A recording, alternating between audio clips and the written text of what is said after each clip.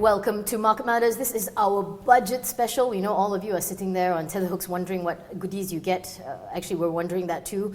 But anyways, it's been an interesting week for the markets. It feels for me, Charlotte, like the markets the whole week have been holding their breath a little bit. It was more green than red. And then, of course, you got Draghi coming out and saying that, maybe we're going to put more QE at the end of the year. I think that lifted people a little bit. So basically what happened is the investors are actually quite cautious about Chinese market growth.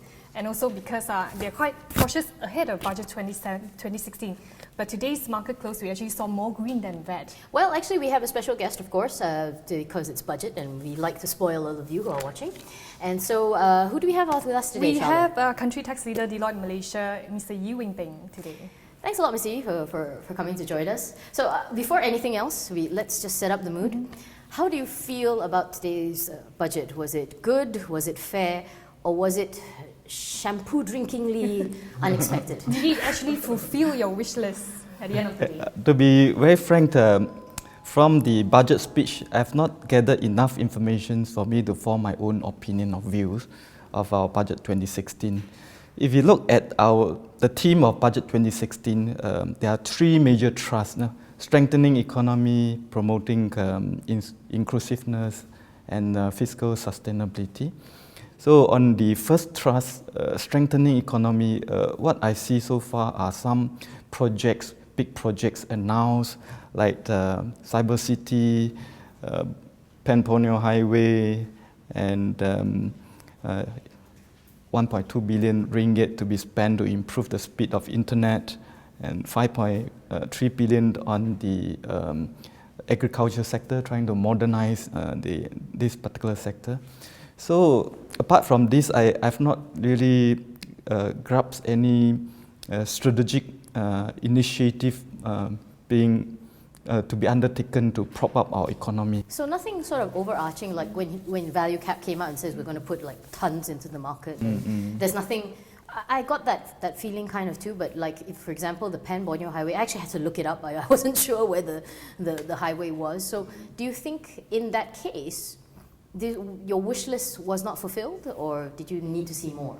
I think we will need more time to see further information to be provided. Coming back to my view just now, I was hoping that the government can really come up with good measures to strengthen our economy, like good measures to encourage export by the local businesses, measures to attract more FDI, retain talent, and prop up our property sector, which is currently going through a very patchy period now. Zooming into the equity market, we know that the government, in a couple of weeks ago, they actually say that they are going to prop up the market by injecting 20 billion ringgit through weak value cap, like what Nadia said just now. Do you think this amount of money will be more well spent in, say, construction sector instead of equity market or infrastructure?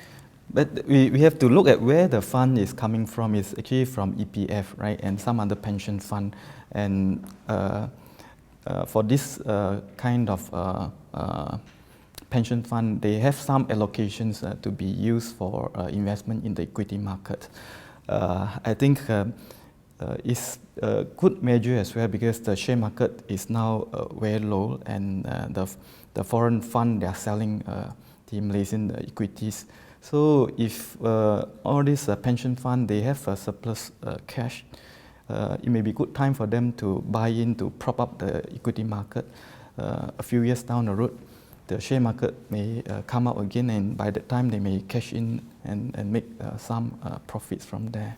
So the man on the street, right? You, me, whoever's sort of going through life and trying to make by. What does this budget bring, you think? Yeah, if we look at the second thrust of our budget 2016, which is on inclusiveness, I think there are quite a fair bit of initiative being rolled out to address this particular thrust. For example, the Pore Highway is going to cost 16 billion ringgit, but you'll be toll-free. So it actually helped a lot of people to travel, especially those in the rural area, and they can then go to the city, and their agriculture produce, the fish that they catch, they are able to transport that to the city where the market is. Also, the brim is to be increased although just by 50 ringgit, but to me, this is what the government can afford. And also a interest-free loan given to build long house in Sabah, Sarawak, which is quite good. Yeah. Let's probably we can share more lights on SME tax, corporate tax. Well, what happened is a lot of people actually think that the government should actually raise the threshold from 500,000 ringgit to 1 million ringgit. And we know the SME sector is a very important sector in Malaysia because over 90% of the business in Malaysia is actually by SMEs. So do you think the government should actually raise the threshold to 1 million ringgit and also reduce the tax rate at the same time? I think it will be good for SME, particularly now they require a lot of assistance from the government, especially the financial assistance. And it's not just the SME, I think those that are of larger in terms of size, they too require support from the government by way of tax incentive and so on. And this is so far not seen in the budget speech yet. So I'm hoping that there will be more details to be unveiled on this. Now, I also saw your video with Bloomberg yesterday, and you say that you are hoping by 2018 corporate tax will be reduced to 20%, but some quarters actually say otherwise. They say probably they can reduce corporate tax to 20% by 2020. So do you think it's achievable in that short period of time until 2018? Now it's already 2015. Yeah, I think if you look at the financial strength of the country at present, it's actually a bit stretched.